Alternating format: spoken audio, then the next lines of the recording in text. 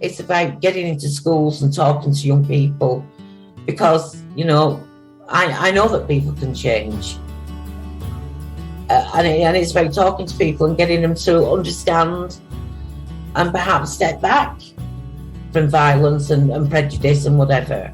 And we just need to work together and keep on the good fight there. Absolutely.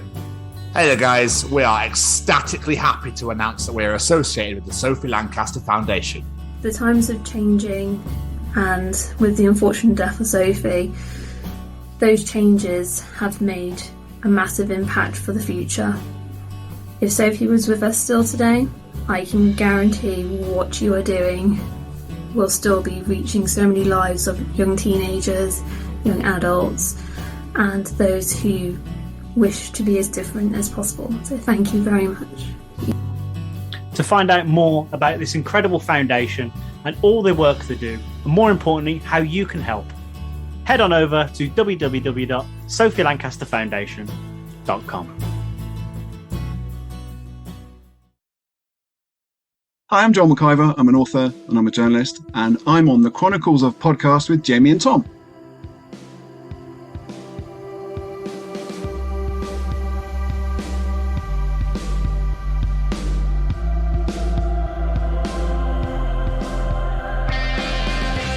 Hiya! It's the 59th edition of the Chronicles of Podcast. We are almost at 6-0. We're almost 60, not years old, because obviously that'd be ridiculous, wouldn't it? Because we'd be here like, oh, welcome to Chronicles of Podcast. It's basically what would happen. It's the 59th edition, and Jamie, double hands, hey, double wave. Hiya! What's going on? It's the Chronicles of Joel McIver. Is that correct? Yeah, it really is. Wonderful. Yeah, good. Excellent. So we'll get this car back onto it. Just got to adjust the wheels slightly. There we go. Lovely. I'll drive. Hit it.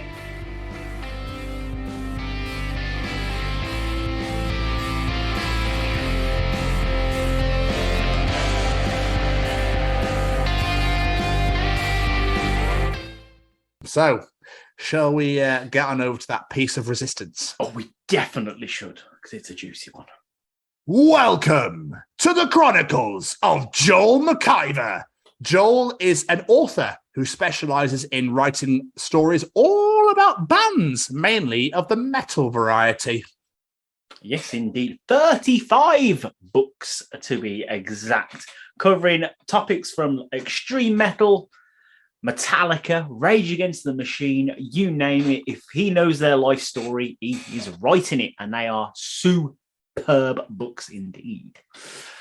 Absolutely. So he's written about individual members of bands with forwards from other bands, and he's also written about bands as a whole. I do believe there was a story where he did an unauthorized one about Rage Against the Machine, which he did actually contact Tom Morello for, who then was like, nah, write what you want. So that's what happened. I love the sorry, that's right. Books on Metallica. I think it's one of his most famous ones on Metallica, Black Sabbath. And then there's his name's completely escaped me, from Soulfly. Max Cavalera. Max Cavalera, thank you. There's books on Max Cavalera and guys from Deep Purple, and some just if you've listened about it, he probably knows them all. Yeah, pretty much. I love the fact as well, he's not only just written books about people, he's also written books with people. He's worked with artists to write their official or autobiographies. You know, he's heard their stories from them firsthand and helped them write their stories, get their stories out there to the world. And it's amazing. You know, that takes a lot of trust to put into someone to tell your life story. It shows the amount of talent this man has. It's absolutely incredible. This is a really good interview. It is. On a Sunday afternoon, when we're just chilling and chatting all things rock and metal. It was great. Jamie seems to be somewhat bitter about the original interview being moved due to the fact that he went to a Ronnie James Dio night and couldn't believe that he ditched us for that, which I think is, it's Dio all day, isn't it? I'm not even into like classic metal rock or anything, but I would go to a Dio night over recording with you. I mean, so would I, but still, have you met us? We're amazing. Come on. No, I don't blame him at all. When he sent that email saying, I'm going to have to move it, I've been invited to Ronnie James Dio night. People like Tony Iommi are not going to be there. I was like, Can't really begrudge that, can you? Like, Not really. No, So that's probably one of the best reasons we've ever had to move an interview. But guys, you're in for an absolute treat. Joel is a legend. He's funny as hell. And he's very forthcoming with some absolutely amazing stories. So we really hope you enjoy this one. Yeah, and there's a fascinating conversation all about the future of media, and this is fucking wonderful. Enjoy this one, people. Good. Jamie, yes, sir. Are there any final words at all? Just a massive thank you to our wonderful guest, Joel. This was an incredible conversation, and a massive thank you to your old childhood friend, Sue, that recommended you to us as well. What a great bump into a bloodstock that was. But you'll find out more about that in here. Absolutely. Joel, thank you for taking the time out, my friend, to chat to us. We really, really thoroughly enjoyed it. So much fun was had. And we can't wait to release this to the entire world in about 15 seconds. Ladies and gentlemen, here we go. Ladies and gentlemen, interviewing this week, it's Joel McIver. I can indeed. Great. Thanks for having me on your podcast. Thank you for coming on and doing it. Yeah. Not at all. Very exciting. I had a look at your channel. You got some great stuff on there. Oh, thank you very much, man. Oh, stop it, Joel. Just I know. Right. Sorry. You just did one with my mate Dan Carter a while ago, didn't you? He's a good guy. He's a hell of a career. Yeah, that was great. That was. We literally saw him walking past us at Bloodstock, and Tom there just ran at him and going, "Can we talk to you for a bit?" I wouldn't really say I ran at him. He thought I was going to take his food off him to begin to. He was like, "Oh, I thought you want my food." It's like, no, you're a vegan. I don't want that shit. Yeah, he's a good guy, Dan. Yeah, he's really. We're trying to get him on properly, like this sort of thing. So, but I think it's in the States at the moment. But still, anyway, that's besides the point. I like the choice of background you've got there, Joel. With the just to let you know, I've got some guitars here too, and big Metallica sign. Yeah, that black sign is actually a bit of original promo material that they put out with the Black Album in 1991. A friend of mine was working at Warner's and had all this stuff left over. So somewhere there's a full-sized Hetfield somewhere in the house, which I haven't got room. I should probably sell the stuff, make a bit of money sometime. But and the other funny thing, talking about Bloodstock, is about 4 years ago, for some reason, Hobgoblin, the beer brand, approached me and said, we'd like to have people like you on a big poster at Bloodstock, just talking about what you do and holding a bottle of our beer. And I went, okay, fine. So they turned out, they did a film, which you can see on YouTube, of me talking about my life. And they sent me over like a shit ton of Hobgoblin beer. And then at Bloodstock, there was like a massive screen with me talking like I am now. And a poster made of PVC, so it's really heavy, really massive, like about 30 feet long, of me just going, with the Hobgoblin logo. And they gave it to me afterwards, and I've got it in my shed because there's no room for it, even rolled up. It's like a massive carpet. So, and then that was it. And then they went away again. So that was completely bizarre. So for one episode of Bloodstock, you had me talking to the crowd on a massive screen with posters everywhere. I still don't really know why, but it was very nice. That's amazing. Amazing. Things that happen. I just thought you got rolled up thinking like, I have no idea what to do with it, but there's no way in hell am I getting rid of this. Well, I mean, I'd love to hang it somewhere, but I don't have a room that's 20 meters long. Just had the thought of, we said you've got the James Hetfield thing, and I go for a piss, go, oh, James, sorry, didn't realize you were in. Oh, it's not real. Well, especially because he's standing in kind of like a macho position, almost like a standing at the urinal position. That is phenomenal. Love it. So, Joe, the premise is obviously that we're going to absolutely destroy you and bombard you with questions. But first and foremost, Jamie's going to lure you into a really nice false sense of security with his introduction. How does that sound? Lovely. Go ahead. Beautiful. Let's go. Ladies and gentlemen, today we bring you another wonderful guest. As everyone knows, this show is all about our guests telling their story. And today is no different. But this week's guest has dedicated his life to telling other people's stories with incredible biographies and memoirs. Today's guest has written all about people like Metallica, Rob Zombie, and even Ice Cube. A man who had the audacity to choose Ronnie James Dio over us. Can you believe it? Welcome to the Chronicles of Joel McIver. Hello there. Thanks very much for having me on, chaps. Thank you very much for being here, sir. It's good. I can't believe that you still haven't got over that Dio thing, Jamie. It I'm doesn't still matter. It doesn't matter, all right? So, I tell you what, you get a chance to see it, you should. It is really good. I've heard, yeah. It was a sort of star-studded event in London. I was standing having a drink with a mate of mine who runs a radio show, and this bloke walked down the stairs with sort of, generous hair at the back, all dark, nice moustache. And I thought, that's either Tony Iommi or someone who really, really looks like him. And I said to my mate, who was like suddenly going, oh, fuck, it's Iommi. And of course it was him. And I had a nice chat with Wendy Dio and told her how fantastic I thought her husband had been when I met him. And all the usual lot were there. Thunder were there, and a nice chat with them. No, it's very good. So sorry to blow out our original appointment, but you were edged out. Only a little bit.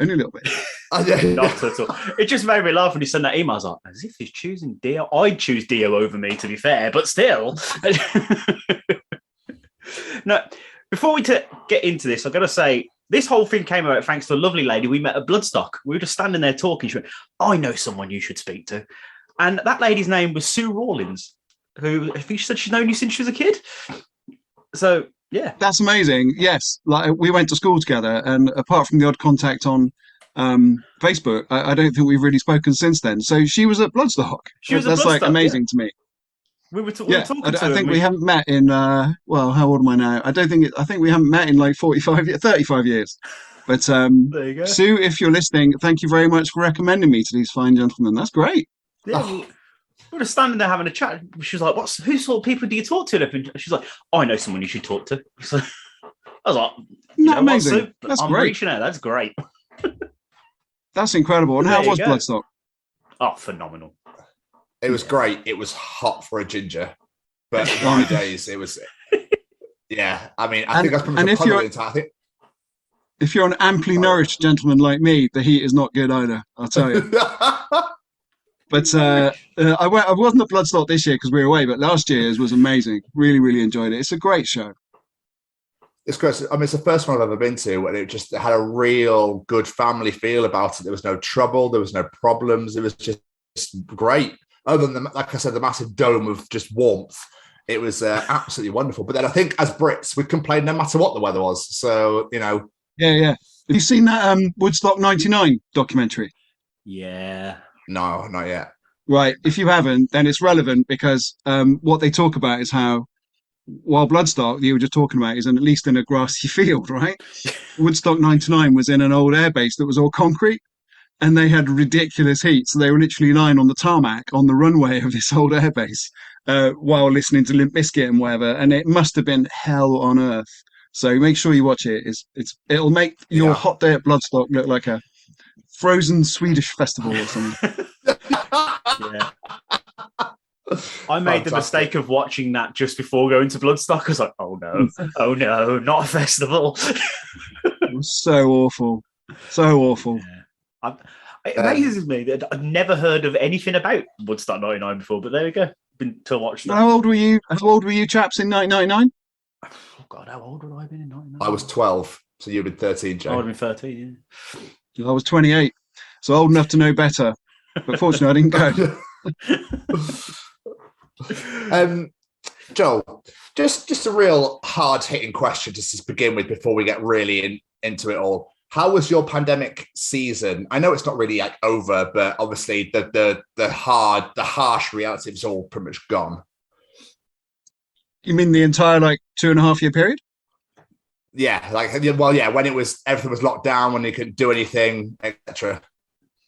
To be honest with you, although I did have a mild dose of COVID, I've been working from home for 17 years anyway. So nothing really changed for me. In fact, business was quite good, a few people that I know and that, well-known people wanted to do books because they weren't touring. So I got that done. It was all right. I mean, obviously it was surreal as hell and awful in so many ways. But for me personally, it was okay. Fingers, touch wood. It was okay. Good. Please. Well, thank you for asking. No, not at all. Always. That's what it's kind. We look out for each other in this community. Oh, 100%. We love to hear people say, "Do you know what, it was all right, I cracked on," because all you hear is doom and gloom stories about it. It's nice to hear like positive stories about it, as weird as it sounds. Well, I don't want to say it was all happy and positive because so many people died. But at the same time, I soldiered through. I was very lucky. I was already set up in a place where I could just work independently from home, and I'm not in the kind of job where I have to go to meetings or hit sale targets and all that shit. So no, I was very lucky. Thank you for asking. Wonderful. That's welcome, sir.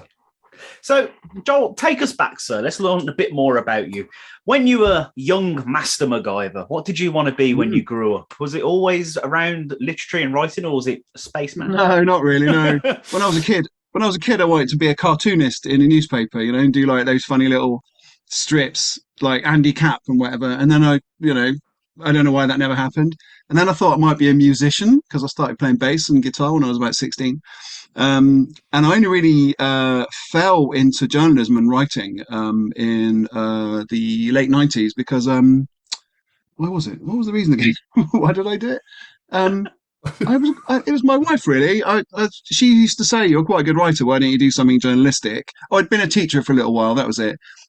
Teaching English as a foreign language, which is what you do after university if you don't know what you're going to do with your life, right? And I did that for a few years. And started freelancing a few articles here and there for various magazines. And amusingly, I got my first published piece in Cosmopolitan, which is the sort of women's fashion mag, you know what I mean? And I don't know if you guys know it or read it regularly. And because a good friend of mine was an editor there. And that progressed into just building more freelance stuff. And then I got a job, the only real job I've ever really had, on a magazine called Record Collector that you guys might know of, a sort of vinyl specialist magazine. And I was on that mag for 6 years. And at that point, I started writing books and becoming a journalist for a ton of magazines, and it all went on from there. So that's the sort of short answer to how I ended up doing this. No, but obviously, when you want to be a cartoonist, though, can you draw? Not bad. Yeah, I can. I could give it a go. I mean, I suppose the reason why I wanted to be a cartoon, this is literally when I was about 6, right? It's not like a recent ambition. Drawing little cartoons doesn't require that much skill, I think, as opposed to being a fine artist, working in oils and watercolors and all that stuff, which I was definitely not good at. So no, that was a very short-lived ambition. Other than that, I never really had any ambitions to do anything at all in life, and sort of fell into journalism and then started writing books, and here we are. Fair. So you obviously have a love for rock and metal, and we can see the guitars behind you. You said you used to play back. Did you ever want to be like a professional musician, or was it just a hobby? It's an interesting. I have been in the music instrument game for many, many years because until recently I was the editor of a magazine called Bass Player. So I have paid my bills through being a musician, right? If you like, even though I'm not a gigging musician. I do shows every now and then, go out with friends and jam, and, we do stuff together. And everyone in this family is nauseatingly musical. My daughter's a piano player. My son plays bass and drums. My wife sings. And we're all qualified, out of the arse with these things. So I did actually say to myself the other day, in the Britpop time, right, specifically when I was about, I don't know, your age probably, why didn't I just go to London and join a band and start playing? And I don't know why. I think because it would have been dead easy, right? Because I think when I was 16 or so, I started playing gigs every now and then. I was in an indie band at school, which had, to this day, I don't know if this name is terrible or not terrible. I want you guys to tell me, all right? The name of my band was Just Like Her. Just Like Her, okay? That was the name of the band. Oh. And I remember clearly people laughing about that and saying how crap it is. But nowadays, I'm thinking, that's actually not that bad a name. What do you think? It's not that bad a name at all. I weirdly like it, yeah. I didn't go like, oh, but, I just went, oh, yeah, I like it. And like, this was in the, about 1990, 89 to 91 probably. And we used to wear chinos, Doc Marten shoes, blazers with a tie, because that was what you wore back then. And we played the sort of jangly indie stuff. We sort of fancied ourselves to be a bit like the Smiths or one of those indie bands. Of course, we were nowhere near as good as that. We were really crap. And I remember doing logos in my school books, just like her, like kind of just like, So I had always been in bands. I always jammed in bands playing bass or guitar or singing. And then just stopped at the point when I probably, if I was going to make a career out of it, like you're asking, I probably should have started to do it in my early to mid 20s. Never did. Subsequently, though, I've met a million musicians and worked on various music magazines. So I've always been in the company of people who play professionally.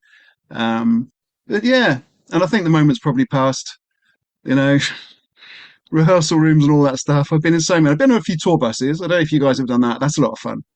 But I don't know if I'd want to do it for a living, you know, to be on a tour bus and tour the world and all that stuff. But, you know. Well, there you go. I mean, it could get like. Does that answer your question? That's quite a long, rambling answer. Good. That's a superb answer. Good. I feel like I interrupted you then, Tom. Carry on. It's all right. It's fine. I wasn't sure if you could hear me because it was just, yeah. Anyway, I'll crack on. We can edit that. There was a moment where all three looking at each other like. Yeah. Surely something's going on. If we hit some sort of, vortex or something. But you were talking about having, like, couldn't you have like one last moment in the limelight? Because by the sounds of it, you could have a whole family band do a just like her one night only charity we totally thing or something.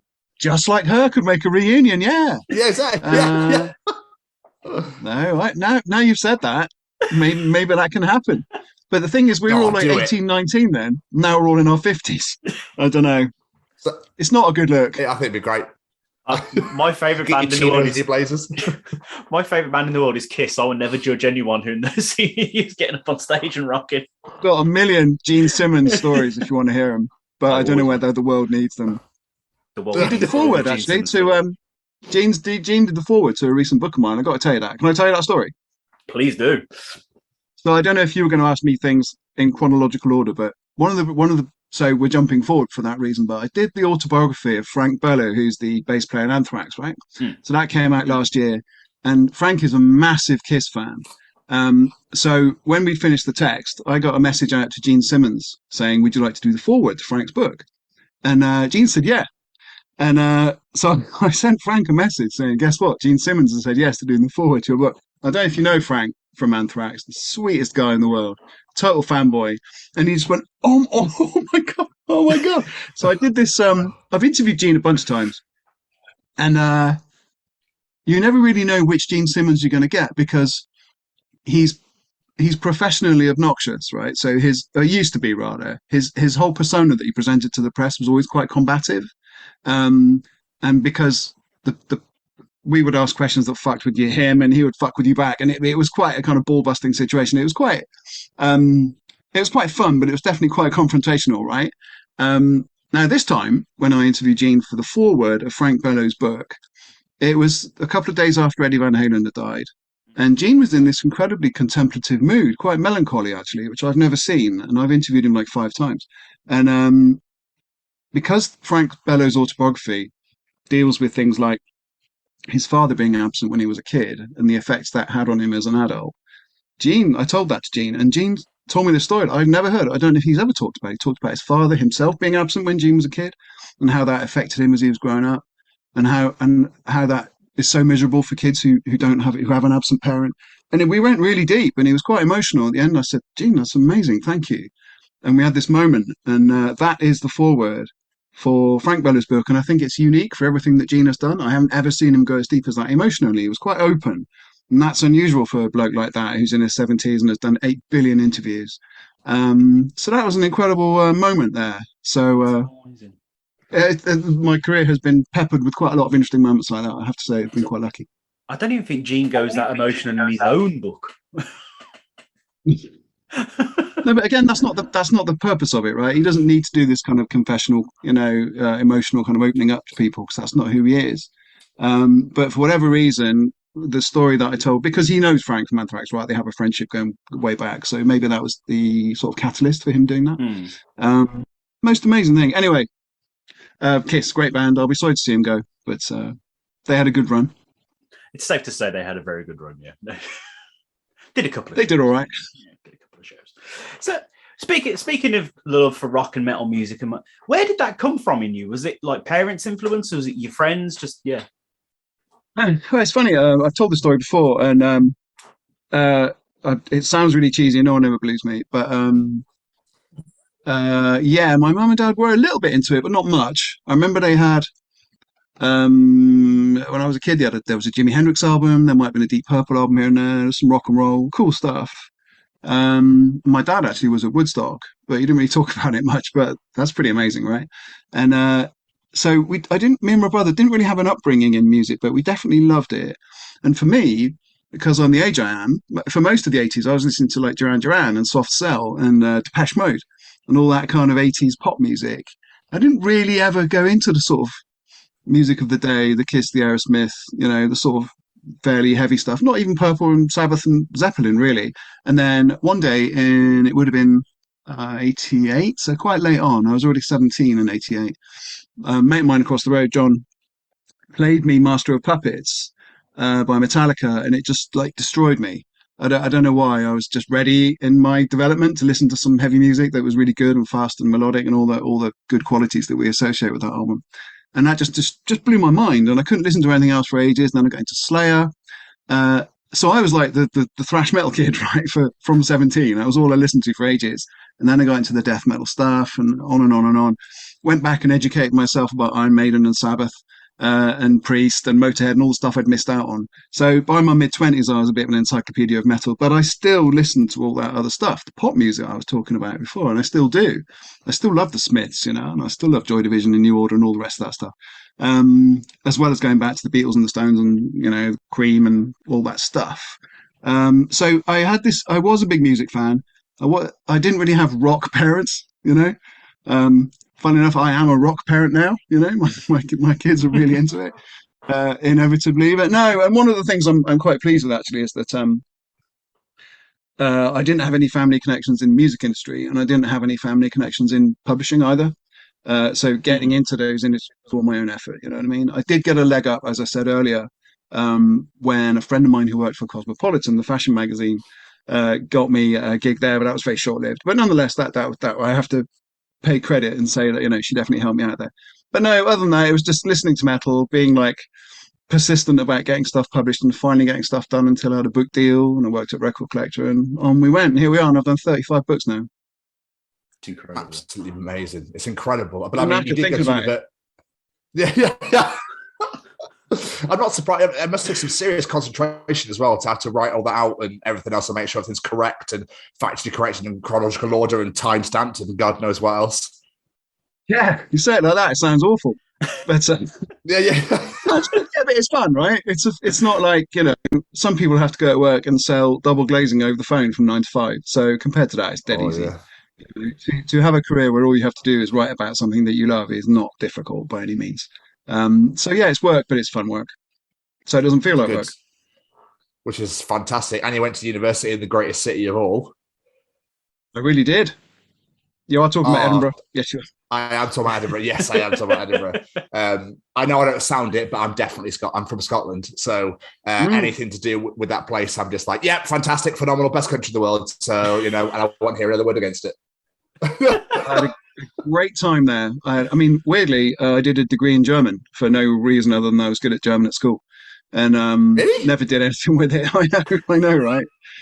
It's so irrelevant, and I've forgotten most of it now. Not really, because if Rammstein want a book, it's sorted.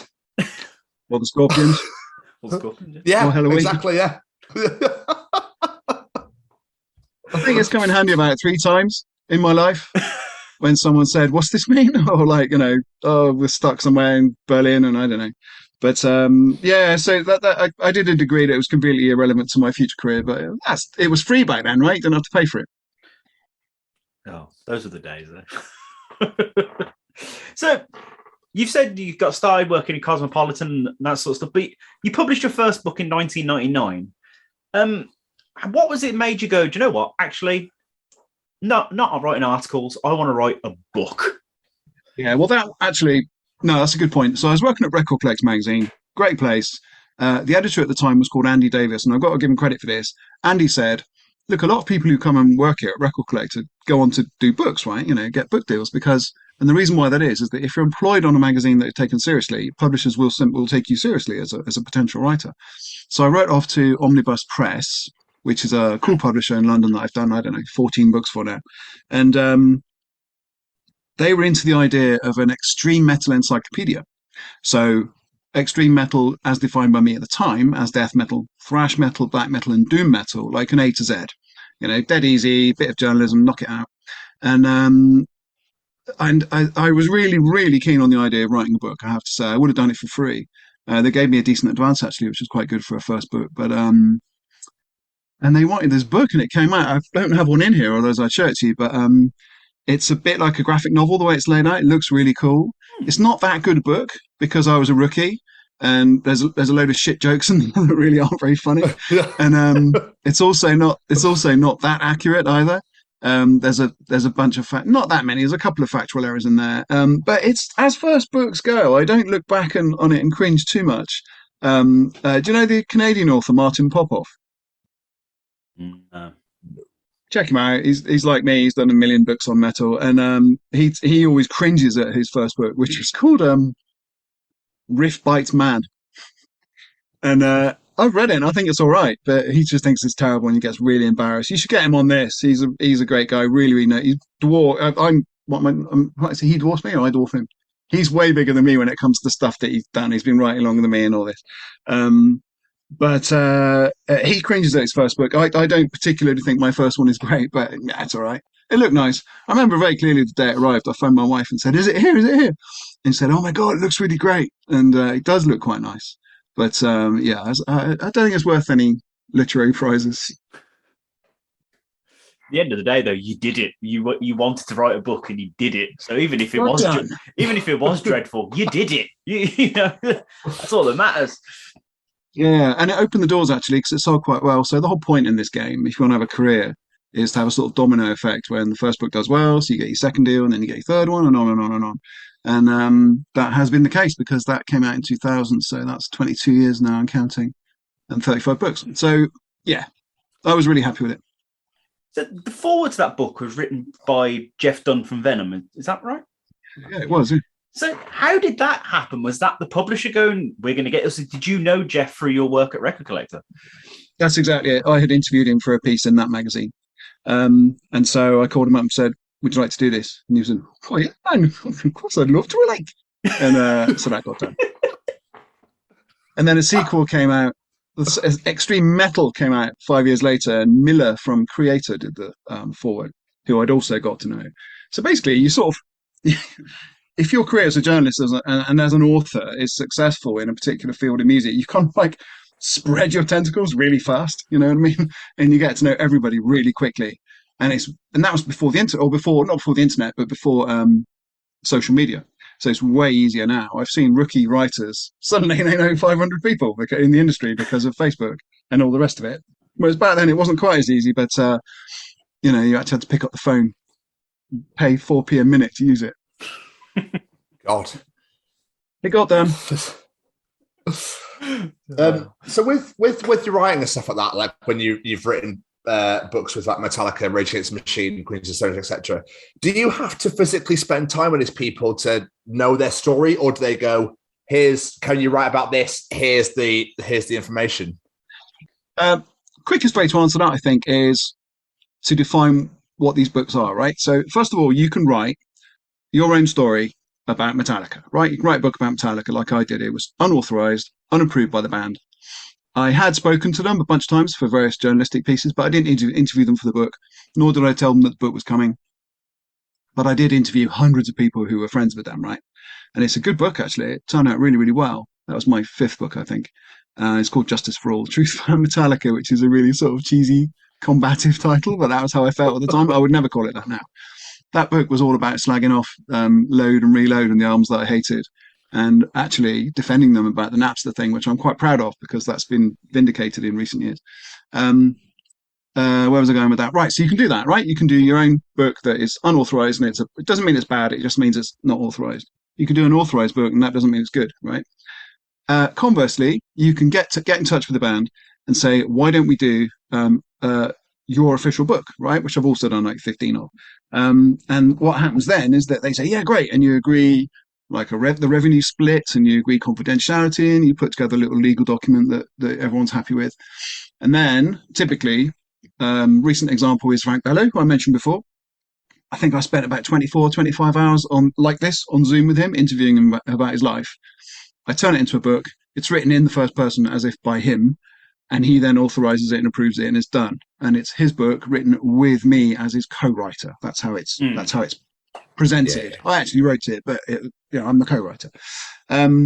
So there's two ways of doing it, right? So I think what you were saying is, do you have to spend time with these people? So clearly you do if it's someone's memoir, if they're autobiography. It's all about being with them. If, conversely, you're doing just the story of a band, like I did with Rage Against the Machine, although I'll come to that in a sec. No, you don't have to. You probably should for journalistic integrity, so you actually spend some time with these people. So you have some authority and you speak from a position of expertise. But if you don't, if you happen to know every single thing about a band, you don't necessarily have to be with them. It's just it's common sense to do so. The reason why I said we come back to Rage Against the Machine is that's a sort of hybrid version. I got in touch with Tom Morello. I can't remember how. And I said, I'm doing a book about Rage Against the Machine. I've been offered a contract to do so. I can just go ahead and write it and say what I think about Rage Against the Machine. Or if you want, we can make it the official Rage Against the Machine book. How cool would that be, right? And I laid out a pitch to him. And he kept, bless his heart, he came back to me straight away and said, thanks for this, Joel. Much as I would love there to be an official Rage Against the Machine book, all of us would have to agree to do it. And he kind of left it at that, right? So the implication was that not everybody in the band wanted to do that, which is fine, whatever.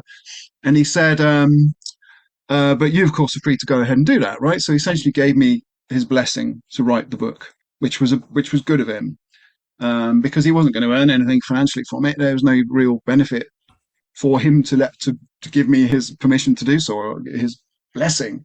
But he did, and in fact, I replicated that email in the book. So that was a kind of a middle situation, you know what I mean, where the band are they're not really involved, but at the same time they're aware of it. That can happen too. So I hope that answers your question. You usually do spend some time with these people, but you could get away with it by not doing so, which is why I can write a book about Randy Rhoads, right, who died when I was 10. Clearly, I didn't spend any time with him, but I can write an authoritative book about him because I'm a journalist and I can do the research and bring all the context in and get the first generation research done. Same with Cliff Burton, who I also did a book about. I was only 15 when he died, so I never met him. But through diligent research into the people he was with and the things he did and my own expertise on the subject, I can write a decent book about it. So that's awesome. Obviously, you're saying how you covered all these different people, different topics and whatnot. Is this always your decision what you're going to write about, or a publisher's coming to you and going, we would like a book about, say, Rage Against the Machine, as we just were, we'd like you to write it? That can happen. Yes, a publisher will come to me and say, we want this book done. Here's a sum of money. Would you like to do it? Conversely, a musician will come to me and say, we want to do a book. Are you interested?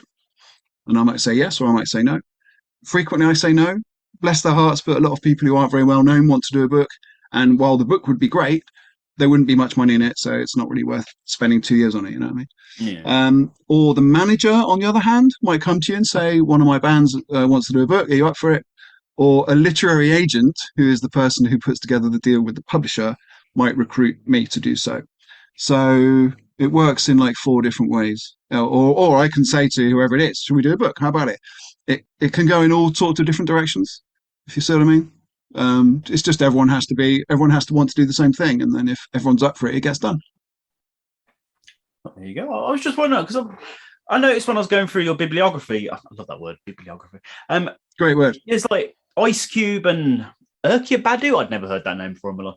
And they're obviously, they're very outside of the world of rock and metal. I was wondering, so like, is that you going, I fancy trying something different. Let's try Ice Cube. Yeah, it is, yeah. My recent book was the autobiography of Right Said Fred as well. Do you know who that is? Oh, yeah. Yeah. Oh, Name one of their songs. Well, we all know the obvious one, but other than that, I don't know any of more than the obvious one, to be honest with you. So that's an example of me stepping away from the rock and metal thing. Yes. So Ice Cube, I really wanted to do a book about his films, really. I love those stupid films that he did back in the day. And I was keen on his albums as well. I'm not a massive hip hop fan. I probably stopped listening in about 1995. But yes, the short answer is, yeah, I want to do something different. Erykah Badu is a soul singer, the most amazing voice. And then I've also what did I do? I did a book with John Mayall, who was a blues singer, right, in his 80s. He had Eric Clapton in his band and all the rest. You can check all this stuff out in the 60s. And I did a book with one of David Bowie's musicians as well, the drummer Woody Woodmansey. So it's not all been grisly death metal. It is a bit odd, I know, because I did like Cannibal Corpse's official book. And I did the autobiography of David Vincent from Morbid Angel. So there's all sorts of really, really grisly stuff in there. And then next to it, Erykah Badu and Right Said Fred and Ice Cube does look a bit odd. I totally get that. I spend a bit of time explaining that stuff. But essentially, I think we should all like a wide range of music, right? I mean, why deny yourself something? I'd love to do a bit of writing about a classical composer, for example. And it doesn't just have to be music as well. I'm happy to do films and politics and all sorts and sports. Interesting stuff like that. It happens to have been music so far, and it happens to have been mostly heavy music as well. How do you decide what you're going to write about? Is there like a process, or is it a case of you listening to Metallica one day and thought, fuck it, I'm going to write a book about this? On the case of Metallica, so when I had my first book out, Extreme Metal, and it did well, and they said, well, what else do you want to do? Oh my God. I wanted to do a book about Metallica, I wanted to do a book about Slayer, and I wanted to do a book about Cliff Burton. And I would have stopped there, because those were the three things I was really, really passionate about. Not the only thing I was passionate about, they were the things I was most passionate about. And they got done fairly quickly, actually, by about 2011, I think. And but then the train had got rolling, right? So publishers were coming at me saying, do you want to do this? Do you want to do this? And it's a really exciting process. I should make this clear. It's the best job in the world doing these things. There is a moment when a book lands on your doormat for the first time, and you feel like you've created a little bit of history. And the fact is that in hundreds of years, when I'm dust and all the people I've worked with are dust, people will still be reading these things. If they don't read the physical book, they'll be reading the digital one without a doubt. And in a sense, what I'm doing, along with the many other great writers who are in this industry, is committing our culture to posterity for future historians, right? And that's wow. I know it's fun and it's entertaining and it's a laugh and it pays the bills, but it also has that higher function, which is that we are informing future people about what went on now in a way that I think has value. If I can teach some kid in the year 2120 that listening to Rain and Blood by Slayer is a good thing to do, that's only good, right? So that all ties in with your question, which was that how do I decide whether to do or how to do it? But if it's fun and interesting, if the deal is right, because I've only got a finite amount of time, I do loads of other editing stuff as well. And I like to have a social life, and I've got kids, so I haven't got infinite time just to write books. So a book project has to be interesting, and it has to be a worthwhile deal, and it has to be with someone who's not a dick, ideally, and someone without, who's not obnoxious, and who's got an interesting story to tell. A lot of people, including me, don't really have an interesting story to tell. I've met some cool people, done some cool stuff, but I don't think I would want to read like a 500-page autobiography about me. But fortunately, the music industry and other industries, creative industries, are full of interesting people. So there's lots of opportunities, lots of cool ideas floating around. I just wish I could clone myself. Would be helpful, wouldn't it? You get a lot of like wags and stuff now that want books and stuff. You're like, really? But you're just married to a footballer who's been around for like a year or two and all of a sudden got good. Like, I don't agree. Sorry. Oh, sorry to interrupt you. I was going to say, this is a common complaint among authors, right?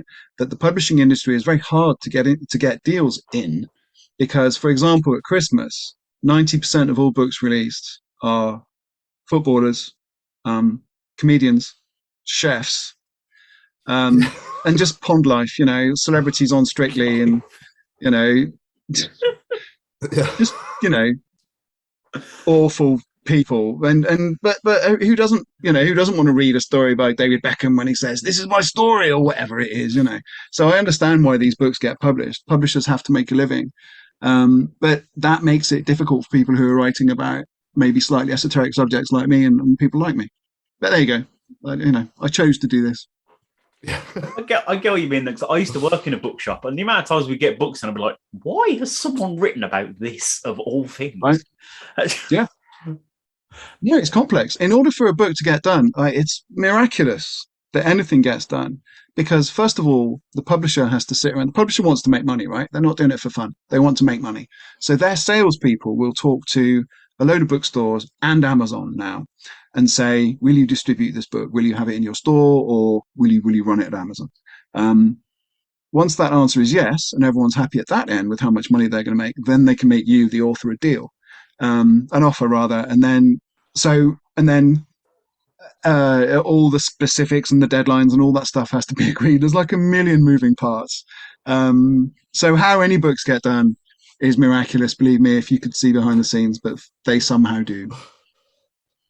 It's notable. But, you know, there's a lot, as you said, a lot of moving parts, a lot of different processes that goes into these things. But what's your process when it comes, before you even put pen to paper, do you have like a process in regards to research and gathering your stories, etc., or is it different depending on the book? There's a bit of a formula. It does vary from book to book, yeah. But by and large, the deal has to be in place with the publisher and a deadline. I don't like to start work on a book until the deal is signed and a deadline is set and it's in the diary and the advance is in the bank. Because then you're in a situation where you write a book and you're trying to shop it around for publishers, which I've never done actually, but it must be awful. Because you spend a year writing something and then you're desperately trying to get people to publish it, and I would never want to be in that situation. Right?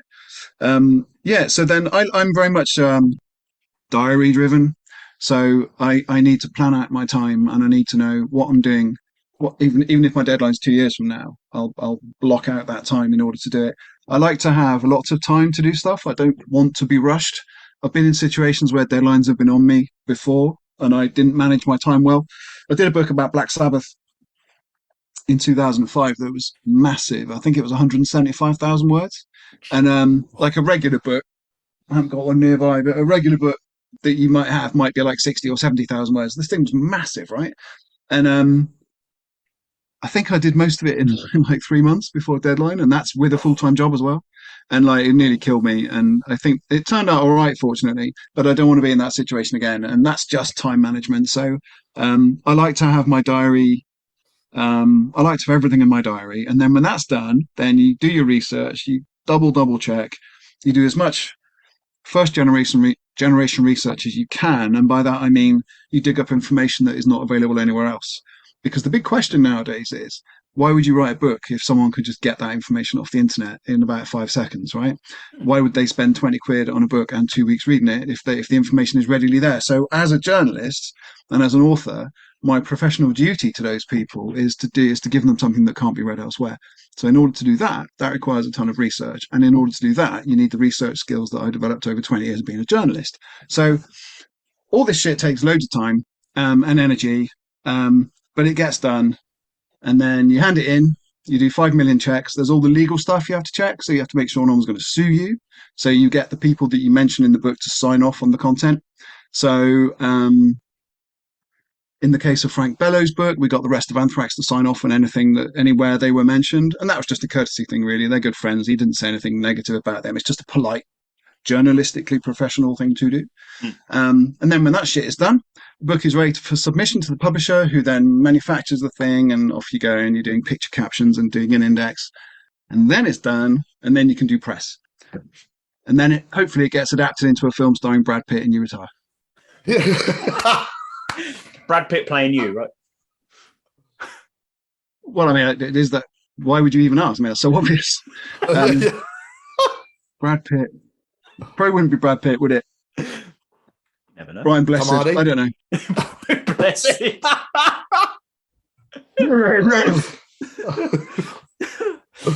So when doing your research for these bands, have you ever found something when doing your research and you're just like, fuck me, I had no idea that happened? The sort of thing that you're just like, whoa, I had no idea. That's what you want. Blowing your own mind. Yeah, totally. That's what you want, right? You want to populate these books, like I just said, with stuff that no one's heard before. So yeah, constantly, like the amazing facts that pop up, and you go, what the fuck? And hopefully it's nothing that makes you go, oh, that's bad. No one needs to hear that. And there are always those stories, right, that have to come out. So like I've got 150 stories where Rockstar X did something horrible to person Y, and if everyone knew about it, that would be the end of about 10 people's careers and we'd all be in prison.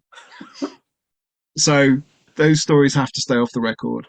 And what usually happens is that the people who know those things, and these are not major secrets. Basically, most musicians who have toured the world for 30 years have got tales of drug abuse, addiction, or infidelity that they don't want people to know about. So those stories tend not to come out until years and years after the fact. And then they do come out, don't they? And people write sort of tell-all stories. And I get to hear all these stories, but I it's my professional duty not to reveal them to, with the people that I'm working with. So that's the answer to your question. Sometimes you hear great things that you're really pleased to hear, and sometimes you hear, oh, your wife and kids don't need to hear that. Or, you're the insurance company that thinks you're still clean and sober doesn't need to know that. Yeah. It's awful. It's all quite sordid. Do you have to sound like a waiver thing when you interview to be like, you can't, I'm going to tell you this and that, but you can't publish this or publish that? Yeah, we sign a confidentiality agreement. Actually, what do we call it? I call it, it's a collaboration agreement. And in that collaboration agreement, there is a confidentiality clause, which says that nothing you tell me in the course of these interviews for your book will be revealed publicly without your express approval in writing. And that's a standard thing as a journalist, not just for authors, as a journalist in loads and loads of events. You have to sign an NDA, non-disclosure agreement, for all sorts of reasons. I get sent guitars for review, and I can't reveal my findings until a certain date. Stuff like that. It's mundane, but in that situation, it's mundane. But in the case of people's private lives, families could be split up. No, fair. For example, all right, here's an example. A well-known band. Oh, can I even say this? A well-known band, a bunch of their musicians got COVID, but rather than reveal to everyone they got COVID, they said, "Oh, they've left the band." You know what I mean? And that's why they're not touring. And that was a way to stop the tour that they're on being cancelled completely, right? So that's an example of something that sounds it's not that exciting a fact, but it's sort of a thing that you would never reveal because a whole bunch of people would lose out financially, and it would just be dreadful. So I have to be trustworthy in these situations, I imagine your wife and kids must go mad. You're just like, you would not believe what I've just found out. I've got to tell someone. I can't put it in the book, but I've got to tell someone what I've just found out. Well, in all seriousness, no, you have to avoid that kind of gossip. Yeah, you can't really be telling your friends some of these things. And I suppose what I'm really talking about is a lot of famous musicians have claimed that they're not doing drugs, and as a result, they're in the bands that they're in because otherwise they get kicked out if they were doing drugs. And so I've heard a few stories, people that and if I revealed those things, probably I'd get sued, and certainly they would be kicked out of their bands. You know what I mean? So this is the kind of stuff. It's not really that exciting, and it's actually quite sordid. It's not really very rock and roll, is it? But that's an example of the sort of thing that you just have to keep to yourself, because as a co-writer or as a journalist, your professional duty is to do that. Yeah. So we've been talking about all these people you've written about and all these people you've worked with, especially like we were just saying with Frank Bello, helping him write his book. Was there a particular book of yours that got your name out there, got you that reputation in order to open these doors for you? Was it just that constant slog of 35 books, your name is out there? Good question. I think it was probably the Metallica book that I did, because that sold really well. I still get quite a big royalty from that every 6 months, and that's 17 years ago. That did really well. Partly that was fortuitous because there happened to be no big doorstop-sized Metallica book at the time. There's 10 of them now. And also the book I did about Cliff Burton, because that was the one where the stars aligned, I think. You want a book to be critically popular and commercially successful, and quite often you can't guarantee on those two things, right? You might have one but not the other, or you might have neither. But in that case, the book did really well, and it was very well thought of. So I think once you do a decent journalism job and you pay tribute to someone who's not there, I think people appreciate that, and that probably opens some doors for me. But there comes a point when you just attain critical mass. You've done that much that people know who you are, you know.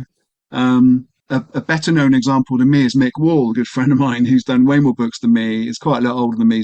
He's been around way longer than I have. In fact, you should get him on your podcast. He's got stories that make your toes curl. I can't remember, why did I mention him? What was the question? How the door got opened for you in order to... Oh, yeah, right. So, why did I mention Mick Wall? I just wanted to mention my friend Mick, I suppose. But we all... There was a reason, I can't remember it. But yes, probably those two books were the ones that opened the doors. Oh, no, right, because I was talking about attaining critical mass. So the point is, after a while, your name gets out there. Mick is very well known. So I imagine if some musician hears that Mick Ward is writing a book about them, it's a great compliment, and doors are open and publishing deals are thrown at them. And I enjoy some of that myself. So there comes a point when your name is out there.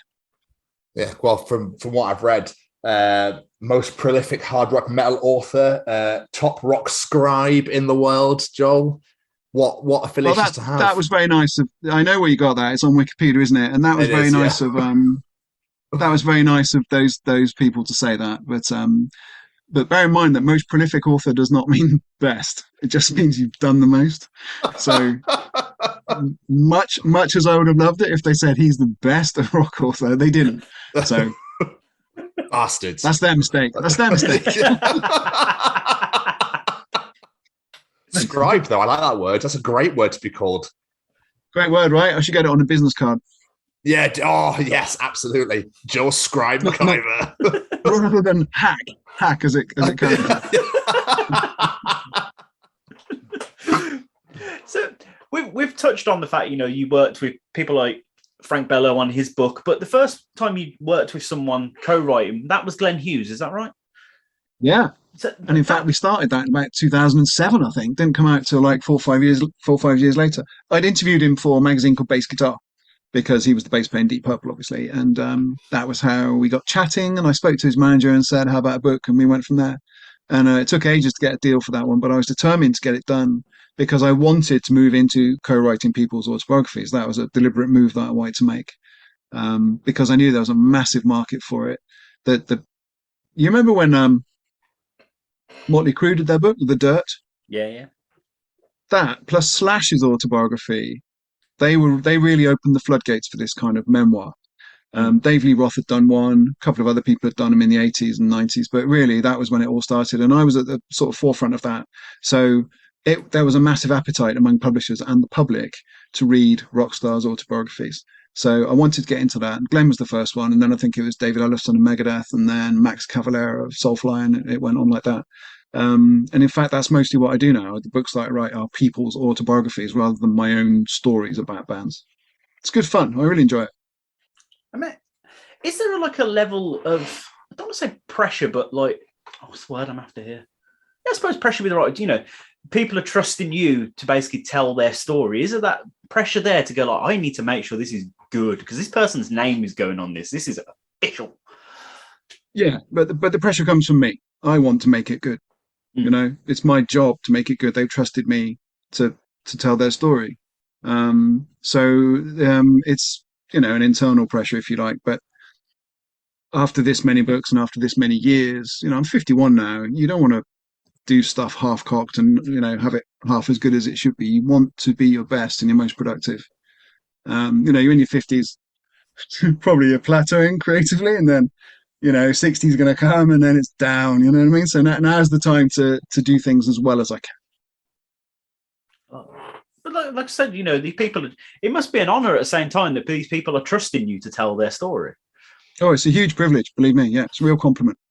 Especially people like Deep Purple and stuff like that, that grew up listening to. Like, it's huge. Believe me, I have to pinch myself. I was the kid listening to Sepultura in 1998. And then Max Cavalera wants me to do his book. It was nuts. It's amazing. It's a really, really huge compliment and a big ego boost. Yeah. I can imagine it is a bit of an ego boost. In the other room, we've got a giant bookshelf with all my books on it, because as well as the 35 British ones, there's about another 100 volumes in different languages as well. So like, it is massive. and it's in the front room. So people come in and say, "What's that?" And I go, "Oh, that! Oh, that! Oh!" So yeah, it's funny. It's that little finger over there. It's a little bit of an ego trip. Yeah. When they get written in different languages, though, do they have to come to you? Be like, "Can we need to write us in Italian, Spanish, Portuguese, etc., etc." Oh yeah, do they need yeah. to get the sign up from you, yeah. They're not from me personally, but from the publisher. So they a publisher in Italy or whatever will go to the British publisher or American publisher and say, "Can we pay you this much money to do an Italian version?" And the deal will be signed, and I'll get a royalty from that point. Oh, yeah, it's very nice. It's money that you don't have to work for. So so not that this is all about money. I don't mean sound completely mercenary, but do things for a living, Joel. That is very nice. No, it's certainly very nice, and the royalties as well. What you want is for royalties to come in twice a year and for them to pay your bills completely. And I'm not there yet because I have 2 teenagers to look after at university, and a moderately debauched social life and a mortgage. But that's certainly really nice, I have to say. So when you're saying that about like the royalties from Italy, I was like, "You want to pay me extra money for doing no extra work while you translate my book?" Sure, it's fine by me, mate. Yeah, it's not something you complain about. Yeah. Although sometimes they fuck it up. Actually, I did a book, one of my books, can't remember which one. I think it was a publisher in Colombia did a version, and I got all these emails from people in Colombia saying, "This is shit. Like the Spanish is all wrong. Like it doesn't make sense. It's like a bunch of notes." And I went, "Oh my God, I don't speak Spanish, so I don't know." And I emailed the publisher and said, "What the fuck is this?" And he said, "Oh yeah, I think I gave him the wrong version of the Word document or something." I was like, "Oh my God." So I think that's a one-off. I don't know because I haven't asked any Japanese people about the Japanese Cliff Burton book or Romanian people about the Romanian Metallica book. There must be 12 or 15 different languages now. But that's not in my control. So can't worry about it. So as I was doing my research, I noticed you had a page on Discogs, where you've done a lot of work for bands like Motley Crue, Nazareth, and is that like liner notes in albums? Yeah, I mean, I didn't work for the bands. The record company who was putting that stuff out said, "You want to do some liner notes for the the CD booklet?" And so I must have done, I don't know, 50 of them at this point. I've got them all here somewhere. And the nicest, the most fun is when you do a massive box set. Like there's one coming out. There's a band called the Alan Parsons Project you might have heard of or you might not have done. Yeah. But they have an 11 LP box set coming out. And it's so beautiful, all heavyweight vinyl, it's just gorgeous. And they ask someone like me to do 10,000 words of history, and it's just a great project you do for a couple of months. And then you get to keep the box set as well, so you get to keep that. That's very nice. It's a bit like I was saying earlier about you have these artifacts that people will read for hundreds of years into the future, or it's the same. So yeah, I do a lot of that as well. I'll have to look at that page actually. I haven't seen it. Is there a lot on that Discogs page? Yeah, it's like 52 entries on there, something like that. Bloody hell! So it is about 50 then. Yeah. Nazareth and Motley Crue. Oh yeah, I did all that stuff. Yeah, there's a label called they're called Union Square, and they are a reissues specialist, and I think they're affiliated or part of BMG, the major label. And I've done a load of stuff for them. So typically in the hard rock field, so Uriah Heep, Nazareth, as you say, a load of prog, so Yes and stuff like that.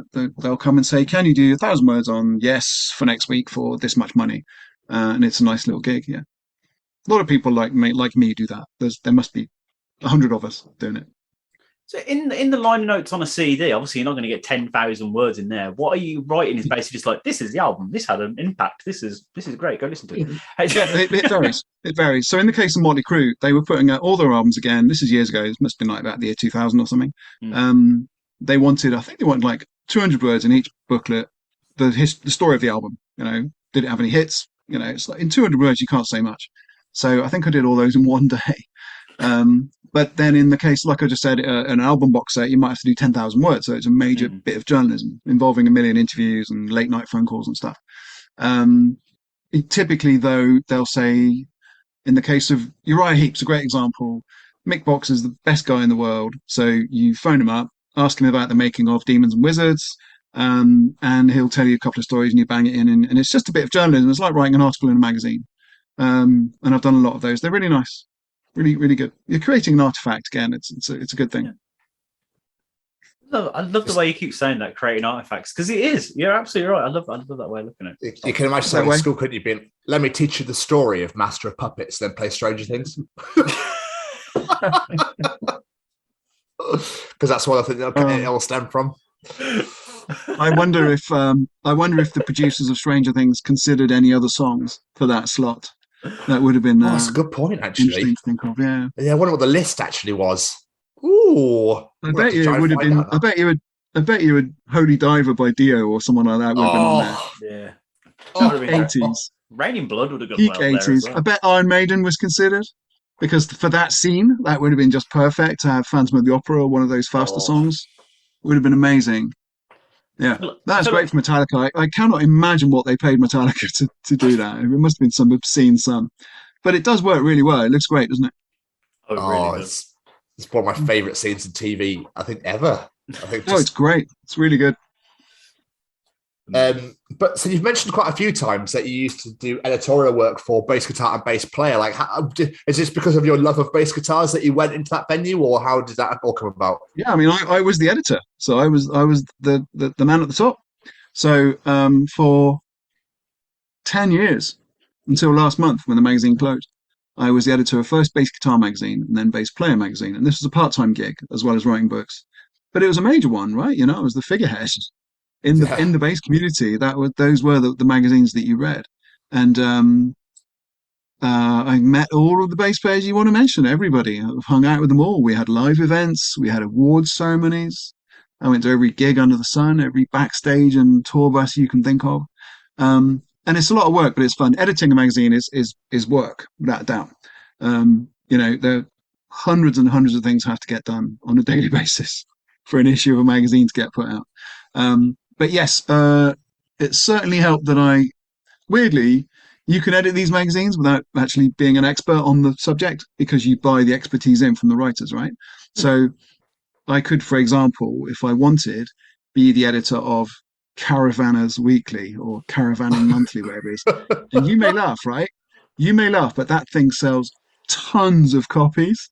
Seriously, that sector of the market is massive. And the reason why the sector of the market is massive is that everybody owns a caravan who's over like 60, and they don't read digital magazines. They don't have an iPad. Fair point. You know, they don't give a fuck about a PDF. They want to read a magazine. It's the same with yeah. So no, honestly, when you see how much money these things make, you suddenly go, oh, I could do that. And so what you do is, I've never been in a caravan, right? I don't know how they work or what they do, but as the editor of the magazine, you're basically commissioning all the experts to write the stuff. What you do is you run the ship. Now, it so happens that I am a bass player, so I could and did edit Bass Guitar magazine and Bass Player magazine with a degree of competence and expertise.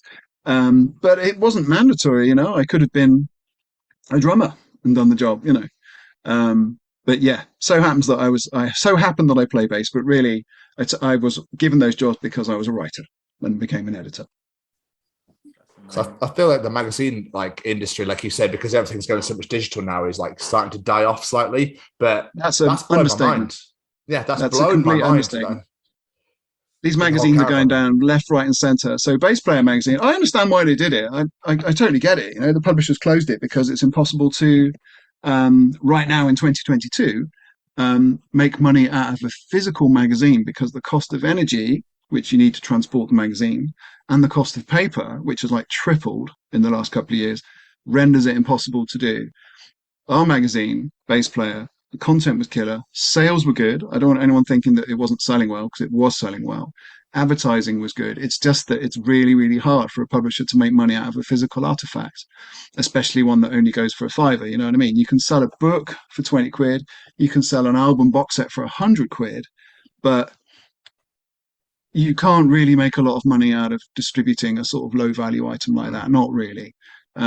So yeah, for years now, all these great magazines have been going down and people have been left jobless, and it's been awful to watch. And it's been a real phenomenon in the last 5 to 10 years. You know, I never thought Kerrang would go down ever. Q magazine went down at the same time as Kerrang. I couldn't believe that. I loved Q.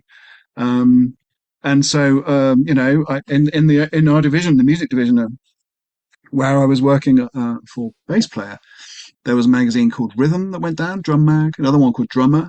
There was a magazine called Acoustic. All these cool mags just went down because people couldn't make any money out of them. So I totally get it. It's a nightmare. I think books have a few more decades in them, without a doubt. And in fact, I think people will always pretty much buy a really beautifully produced, lavish artifact like a really nice book, a hardback book. Same with big old box sets that cost a load of money. But I mean, when was the last time either of you went into a record shop and spent $4.99 on a CD? You know, no one does it anymore, do they? Really? No. You know, you stream it or you download it, don't you? But on the other hand, I get either of you would go and spend 50 quid on a box set of a band that you loved, right? And you keep it, and it's a beautiful artifact. Yeah. So that's the thinking now. So that works well actually in the book industry, because you can make a really beautiful limited edition signed book that comes with, you know, a meet and greet, and comes with a gig ticket, or comes with an album, you know. So there are loads of things you can do in the book publishing world still.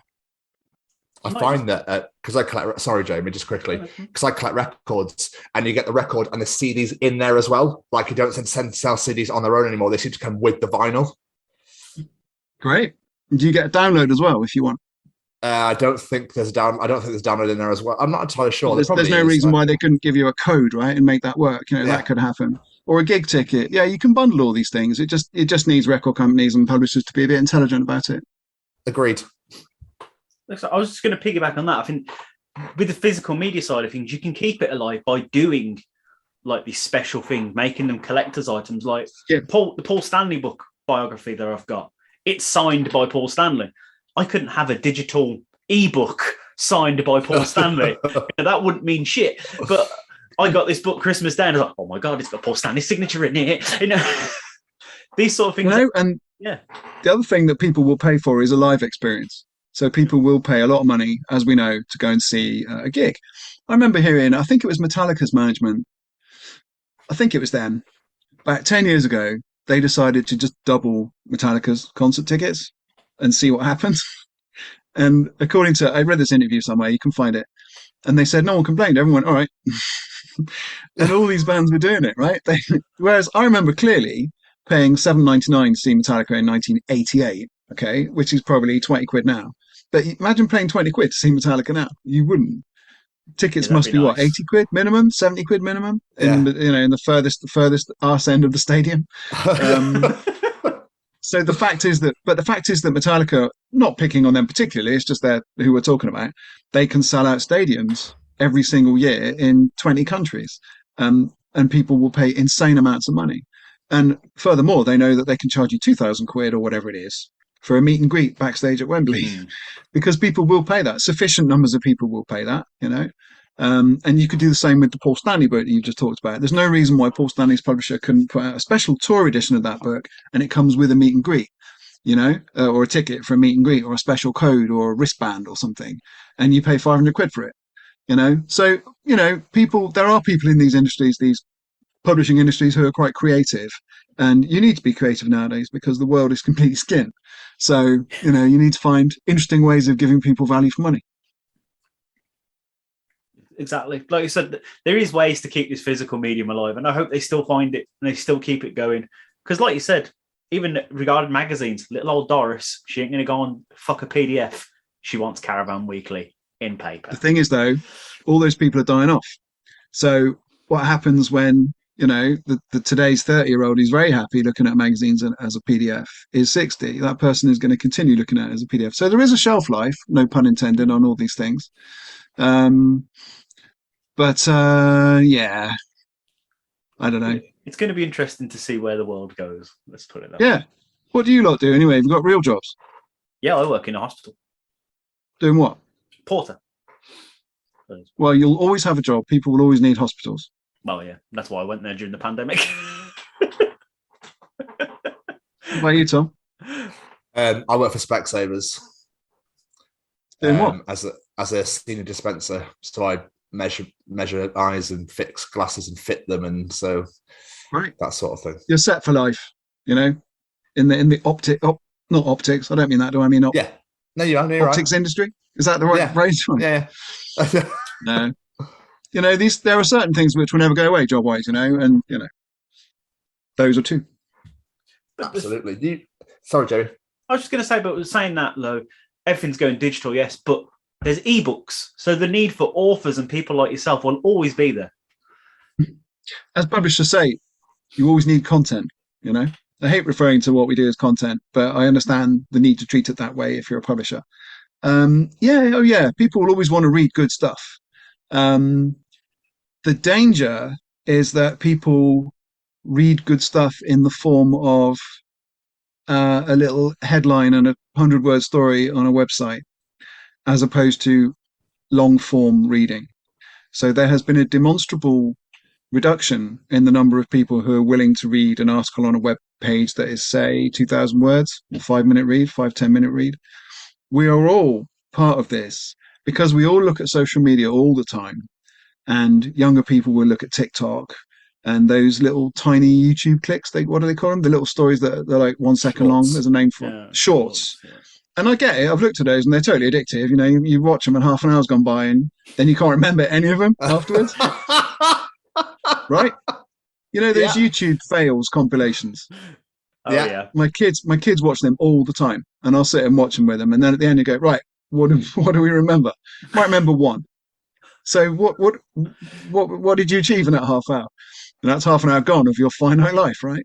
And so that's the danger. People still want to read interesting stuff. The question is it a lengthy 175,000 word analysis of Black Sabbath, or is it 200 little interesting stories on the web? So that is yet to be resolved. But there's a movement in that direction in all demographics. You know, middle-aged people are just as bad as young kids as well. It's not about blaming young people at all. It's not like that. But technology doesn't exactly enable a sort of a dedicated attention span, really. No. You know, here we are. We've been talking an hour already. This is really good. This is the sort of stuff that I hope people really engage with and get into. But you just know that whoever's watching this also has the option to watch a load of 5-second funny stories, or cats jumping on a table, or people falling off a skateboard. You know, there's a lot of competition you've got. Those bloody bastards. But you're a podcast host yourself, Joe, if I'm rightly, of Dead Rock Stars? I was, yeah. We did one season, in about, I think it was 2018. I did it with Mick Wall, actually, who I mentioned earlier, yeah.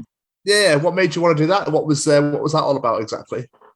I was driving along one day, and I'd been wanting to do a podcast, and I thought, who can I do this with? I'll do it with Mick, my friend Mick. And the name Dead Rock Stars just popped into my head, and the reason for that is that dead people can't sue you. You can, seriously, this is literally the reason. You can say what you want under English law and most jurisdictions' laws. It's impossible to libel the dead. So you can say that Randy Rhoads was a complete dick if you want, or you can say Cliff Burton was never took his library books back. You can say all this stuff and there'll be no legal comeback. You'll piss people off. I'm not saying that's desirable, but there won't be any legal comeback. So we thought, all right, great. Why don't we do this then? So we did this list of rock stars. We did all of them, right? From Lemmy and Ronnie James Dio to Kurt Cobain. And we had a right old time. We got a professional producer called Ian Callahan at a company called 7 Digital, who used to do Bruce Dickinson's radio show, if you remember that. So these were proper people. It was a proper setup. And we did 24 episodes, and that was that. And it was really popular. But I ran out of time. It wasn't really making any money because these things don't, unless you've got like 1 billion listeners. And maybe we thought about doing a live event, and then we just ran out of time. I was just too busy. It was like, it as you guys know, it takes a giant bite out of your working day doing these things. Not just recording it, but the edit and the promotion, all that crap as well. But it was a great laugh. I really enjoyed it, and a lot of people really, really liked it. So I might do one of those again. Oh yeah, absolutely. It was like again, with you say about your band, Just Like Her. Maybe let's do a one-off podcast show as well. Let's do a big charity event, Joe. Just have this random comeback stuff. It'd be great. Can you imagine? Maybe other 50-something writers have shit indie bands they want to. Yeah, there you go. That'd be amazing. That'd be awesome. I'll pay to come. I'll watch. Can you imagine it? I'll get me chinos and me blazer back out. Yeah. It's a bit tight than it used to be. The world isn't ready for this. Oh, it is, Joel. It definitely is. So I had it. We did a demo and everything. It's here somewhere. I've got a tape of it somewhere. I'll show it to you, but no. I don't know.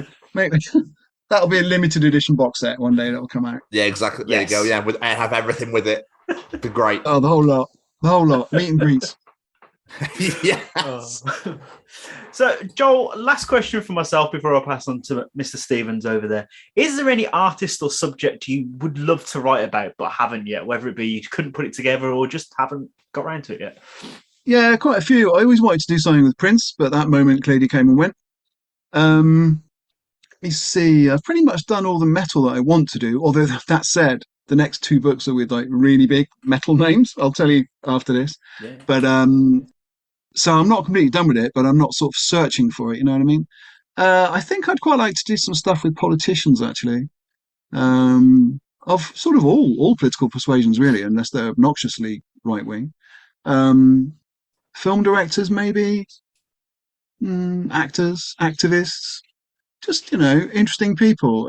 So, sorry, it's not a very specific answer. There are quite a few, and there's loads lined up. I must have 6 books lined up, Wow. all of which are quite interesting to do. No, I've pretty much, the short answer is I've pretty much done all the books I want to do, but I love doing them. I'm happy. If they dried up, you know what I mean? If there wasn't going to do 6 more, I'd be happy with that. But, yeah, I've done enough, man. 35 books. I'm surprised the rainforest's still standing, to be honest with you. Mr. Stevens, do you have any more questions for our wonderful guest? I do. Joel, when you were 6 years old, wanted to be a cartoonist in a newspaper, did you ever think that now at 51 years old, this is where your life would have got to today? Did you ever think this is where you'd be? Never. No, how can you? I feel extremely fortunate because what I do is fun and it's quite easy. Despite all the things I've said about it being hard, it's not hard compared to the jobs that people have, is it? So no, I didn't, Tom, and but I feel very privileged and very fortunate. So no complaints from me whatsoever. Wonderful. That's what we like. So before we let you get out of here, sir, any plugs, social medias, anything that you want people to go and check out? I'd switch it all off if I could. No, I'm on Facebook. I'm on Twitter and Instagram, but I never use them. I'm just there. So yeah, Facebook's the way to catch hold of me if people want to get in touch, and I would be very happy to talk to people about all this stuff. It's a great industry to get into. I recommend that people do it. I do quite a bit of teaching, or I don't do quite a bit. I do some teaching at a music college called BIM, which you guys might have heard of. And that's an opportunity that I really enjoy to sort of pass on a bit of knowledge to people. So there's definitely a lot of hope. There's a lot of very, very talented, clever people, creative people coming up in the music industry. So good times ahead, my friends. I feel relatively optimistic about the future. Relatively. I saw you had a website listed, joelmciver.co.uk, and then I went on there. It's about a man with a white van. It is. So apparently there are a couple of other people with this strange combination of names, and one of them happens to be a retired builder who wants to do some work for Joel McIver. I know, it's great, isn't it? I had that website for years and years and years, finally got rid of it because no one was going there, and then a man with a van has it, so it's great. Because if you Google your name, that's what comes up as your official website. I was like, well, he's moved on from publishing. He clearly now he's got a man with a van. He's given up. Maybe I just will. Maybe that's a sign. Maybe I should. Joel, this has been absolutely unbelievable. Thank you so much for taking the time. Well, thank you. I really enjoyed talking to you. It's been a lot of fun. Please stay in touch. Oh, absolutely. Really don't you worry about that. Hey, no, getting rid of us now, Joel. Hero. Thank you so much, Joel. Appreciate it. Take care of yourself, and we'll speak to you soon. Thanks so much. I really appreciate it. Thank you very much. Take care, buddy. See you later. Cheers. Bye-bye. Bye. What a fantastic conversation that was. I loved that one. Yeah, and it's great. Never forget, people, you too could be the editor of Caravan Weekly. Yep, absolutely. Never give up on those hopes and dreams. Never. The magazine industry might be failing somewhat at the moment, but don't worry about it. It'd be absolutely fine, I promise you. Joel, thank you so much for taking the time out to chat to my friend. We really appreciate it, really enjoyed it. And we'll definitely take him on that offer. Definitely. Everyone, go and buy one of Joel's books. Give them don't just buy one. Buy all 35. Give them a read. Incredible stuff. Absolutely. And we hope you guys enjoy listening to it as much as we did recording it. All right. Is this thing on? Well, howdy doody, everybody. This is Braden Berry from Say We Can Fly, founder of Stay Cozy Clothing, your one-stop shop for the coziest, most fashionable hoodies, t-shirts, and more. Gosh, Mickey. That's right, folks. And we're proud to say that we are now sponsoring the Chronicles of Podcast. Ouch. Hosted by Tom and Jamie. Like, you can get 10% off, man! That's right, Shaggy! Just use the special code, The Chronicles, at checkout. Oh, boys.